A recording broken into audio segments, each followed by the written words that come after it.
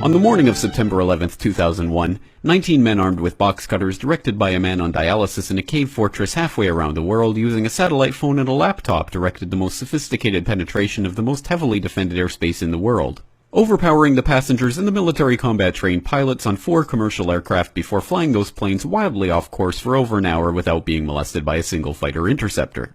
These 19 hijackers, devout religious fundamentalists who like to drink alcohol, snort cocaine, and live with pink-haired strippers, managed to knock down 3 buildings with 2 planes in New York. While in Washington, a pilot who couldn't handle a single-engine Cessna was able to fly a 757 in an 8,000-foot descending 270-degree corkscrew turn to come exactly level with the ground, hitting the Pentagon in the budget analyst office where DoD staffers were working on the mystery of the $2.3 trillion that Defense Secretary Donald Rumsfeld had announced missing from the Pentagon's coffers in a press conference the day before, on September 10th, 2001.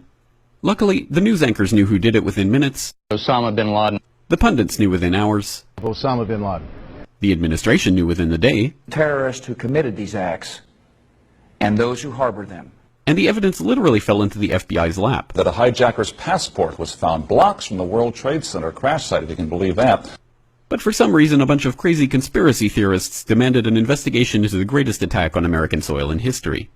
That investigation was delayed, underfunded, set up to fail, a conflict of interest, and a cover-up from start to finish.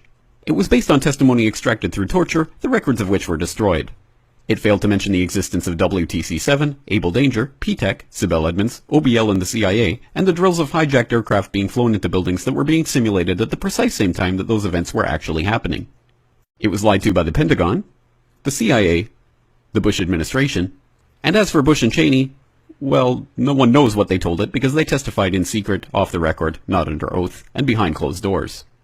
It didn't bother to look at who funded the attacks because that question is ultimately of little practical significance. Still, the 9/11 Commission did brilliantly answering all of the questions the public had, except most of the victims' family members' questions, and pinned blame on all the people responsible, although no one so much as lost their job, determining the attacks were failure of imagination. Because Nobody in our government, at least, and I don't think the prior government that could envision flying airplanes into buildings. Except the Pentagon, FEMA, NORAD, and the NRO. The DIA destroyed 2.5 terabytes of data on Able Danger, but that's okay because it probably wasn't important. The SEC destroyed their records on the investigation into the insider trading before the attacks, but that's okay because destroying the records of the largest investigation in SEC history is just part of routine record keeping. NIST has classified the data that they used for their model of WTC-7's collapse, but that's okay because knowing how they made their model of the collapse would jeopardize public safety.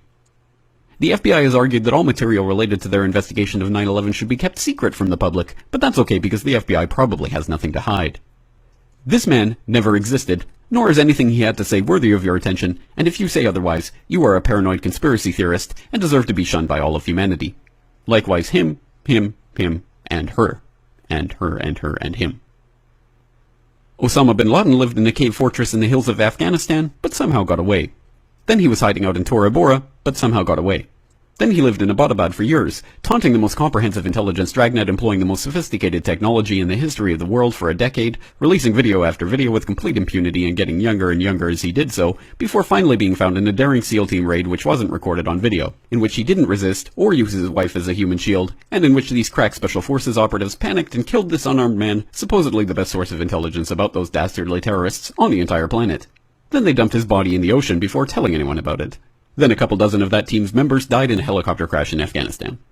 This is the story of 9/11, brought to you by the media which told you the hard truths about his head could be seen to move violently forward. And they took the babies out of incubators. And mobile production facilities. And the rescue of Jessica Lynch. If you have any questions about this story, you are a batshit paranoid tinfoil dog-abusing baby hater and will be reviled by everyone. If you love your country and or freedom, happiness, rainbows, rock and roll, puppy dogs, apple pie, and your grandma, you will never ever express doubts about any part of this story to anyone. Ever. This has been a public service announcement by the Friends of the FBI, CIA, NSA, DIA, SEC, NSM, White House, NIST, and the 9/11 Commission. Because ignorance is strength.